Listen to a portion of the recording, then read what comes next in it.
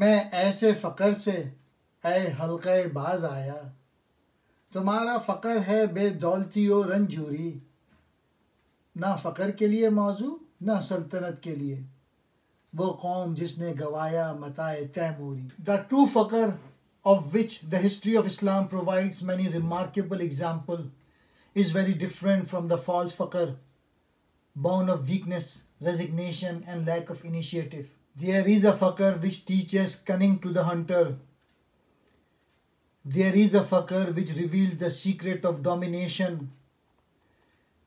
There is a faqr which makes nation humble and depressed. There is a faqr which endows the dust with the attributes of gold.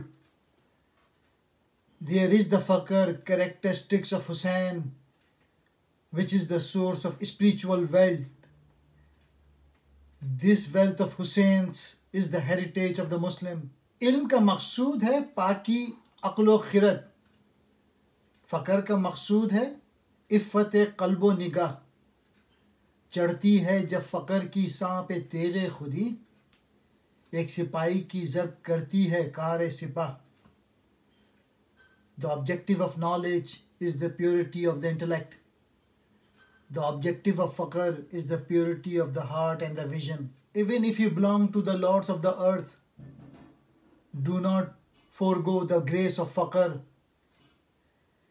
Many a man who understands truth and possesses vision becomes corrupted by the excess of riches. The excess of riches steals compassion from the heart and substitute pride for humility. Faqr, who sought their satisfaction not in material possessions for themselves, but in the selfless service of some great purpose. Our education, on the contrary, is designed consciously as well as unconsciously to instill in the minds of youth an attitude of selfishness and to substitute for it characteristics idealism and selflessness, a mean desire to fight for petty jobs. Hold fast to the ways of truth. Rid thyself of the fear of kings and nobles. Live hard as the diamond in the path of religion. Concentrate the heart on God and live without fear. This is how Iqbal himself sketches the portrait of the true momin. ہاتھ ہے اللہ کا بندہ مومن کا ہاتھ، غالب و کار آفریں کار کشا کار ساز، خاکی و نوری نہاد بندہ مولا صفات، ہر دو جہاں سے غنی اس کا دل بے نیاز، اس کی امیدیں قلیل اس کے مقاصد جلیل، اس کی ادا دل فریب اس کی نگاہ دل نواز، نرم دم گفتگو گرم دم جستجو، رزم ہو یا بزم ہو پاک دل و پاک باز. The hand of the momin is the hand of Allah, dominant, resourceful, creative, ensuring success. Born of clay, he has the nature of light, a creature with the attributes of the Creator. His heart is indifferent to the riches of the two worlds. His desires are few, but his purposes are great. His ways are graceful, his glance fascinating. He is short of speech, but warm in his quest. In war as in peace, his heart and mind are pure. Great in his forgiveness, his justice, his generosity and his grace. Even in anger he knows how to be kind. کافر ہے مسلمان تو نہ شاہی نہ فقیری، مومن ہے تو کرتا ہے فقیری میں بھی شاہی. کافر ہے تو شمشیر پہ کرتا ہے بھروسہ، مومن ہے تو بے تیغ بھی لڑتا ہے سپاہی. کافر ہے تو ہے تابع تقدیر مسلمان، مومن ہے تو وہ آپ ہے تقدیر الہی. Endowed with faith, he becomes the destiny of Allah. An important question may at this stage occur to all careful students of Iqbal thought. Is his ideal of human character practicable? Can we expect frail humanity whose spirit is often unwilling and flesh almost always weak, to rise to the heights of selfless achievement and the nobility of character which Iqbal prescribes and predicts for it? It would depend ultimately on one's faith about the possibilities of human nature and one's interpretation of the tendencies that have been at work in the course of human evolution. It is never wholly attained, but provides the motive force for our progressive movement towards it. Whether human nature can at all bear the strain of living on such a high plane of thought and endeavor. Thus, the achievement of human excellence is a matter both of the ideology, inspiring individual and collective conduct, and the social environment provided for its development. Part 2. Education and the social order of Islam. What kind of society does Iqbal visualize in which his fully developed individual will be able to play his part effectively without being frustrated at every step by adverse social condition? सफ़र ज़िंदगी के लिए बरगो सास, सफ़र है हकीकत, हज़र है Majaz. Movement is the equipment of life. Movement is reality. Rest is an illusion. No people can afford to reject their past entirely, for it is their past that has made their personal identity. Iqbal said, I am keenly interested in the search for a better social order, and in this search it is simply impossible to ignore an actually existing social system, the main object of which is to abolish all distinction of race, caste and color. Man, weak, oppressed and powerless, worshipped man. The powerful rulers of the world waylaid him and put him into fetters. The Pope and the priest, the king and nobles, all combined to exploit this poor victim. Slavery had so degraded him that the music in his flute had turned into blood.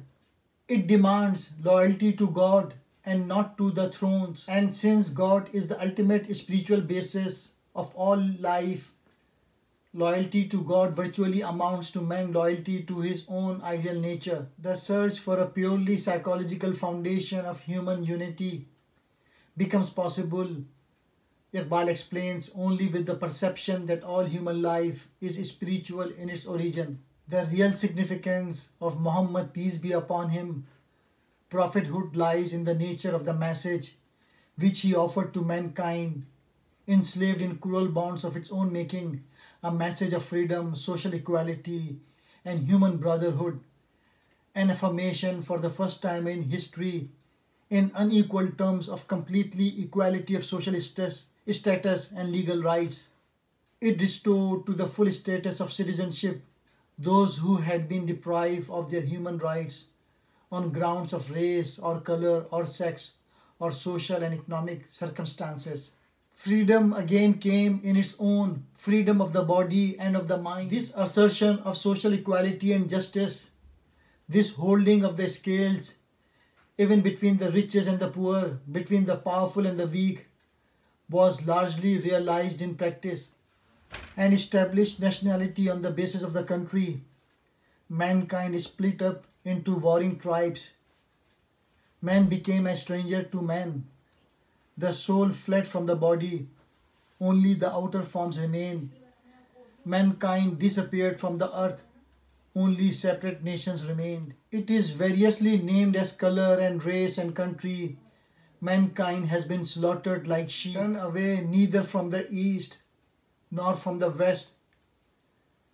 Nature beckons you to turn every night into day. Iqbal makes it quite clear in the Ramuz-e-Bekhudi that the strengthening and fulfillment of national life is impossible without the fullest development of science and its utilization for its growing and expanding purposes. Whoever conquers the world of matter can build a world out of a speck of dust. The hills and the deserts, the rivers, the plains, they are all means of education for those with a vision. Regard this world of cause and effect. Its purpose is the expansion of the Muslim's ego. Conquer it, or it may conquer you. conquer the world of the matter and the spirit. He who controls the world of matter. Can there be a more passionate advocacy of science as an essential factor in the organization of education and life? Iqbal insists on it so strongly because one of the main causes which have been responsible for the latter decline of the Muslim people is the neglect of science, which has arrested their intellectual growth and weakened their political and economic position, which in the present age is mainly dependent on scientific power. You and I are but waves in the stream of life. Every instant this universe is in influx. Life is changing at every intake of breath, for it is ever on the quest for a new world. The web and woof of every being is from motion. All this urge for growth is derived from motion. Like the wayfarers, the course too are in motions. Everywhere there is motion, apparent or revealed. The caravan and the camel, the desert and the oasis. Whatever you see is restless with the pain of motion. For the man without faith, the pen and the sword are like worthless.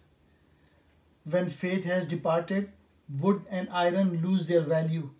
Our intuition and our emotions find true self-expression, and our personality gains that inner pose and repose which is a source of true happiness and joy. Iqbal is here in agreement both with Bergson and with Tagore, who believe such communion to be essential for the enrichment of our intuitive capacity. This is Iqbal's challenge to mankind. ये आलम ये हंगामा रंगो सूद, ये आलम के है ज़ेर फरमान मौत, ये आलम ये बुतखाना चश्मो गोश, जहाने ज़िंदगी है फ़कत खुर्दनोश, खुदी की ये है मंजिल अव्वलीन, मुसाफिर ये तेरा नशेमन नहीं, बढ़े जा ये कोहे गरां तोड़कर, तिलिस्मे ज़माओ मकां तोड़कर, जहाँ और भी हैं अभी बेनमूद के खाली नहीं है ज़मीर मौजूद, हर एक मुंतज़र तेरी यलगार का, तेरी शोखी फ़िक्र किरदार का, ये है मकसद गर्दिश रोज़गार कि तेरी खुदी तुझ पे हो आश्कार, तू है फ़ातह आलम खूब व ज़िश्त, तुझे क्या बताऊँ तेरी सिर्र नोश्त, फ़रोज़ा है सीने में शमए नफ्स, मगर ताबे गुफ्तार कहती है बस, अगर यक सिर्रे मोए बरतर परम, फरोगे तजल्ली बिसोज़े परम. The world which is a right of color and sound, the world which is under the sway of death, the world which is an idle house of sight and sound, where life is not but eating and drinking. It is only the first stage in the perfection of the ego. Traveler, it is not thy goal.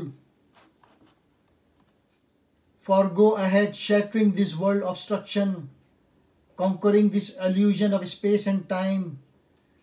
There are many worlds still unborn, for the mind of existence is not a void. All are waiting thy triumphant advance. My heart is aflame with the light of inspiration. If I step further, even by a hair's breadth, the glaring light will burn up my soaring wings.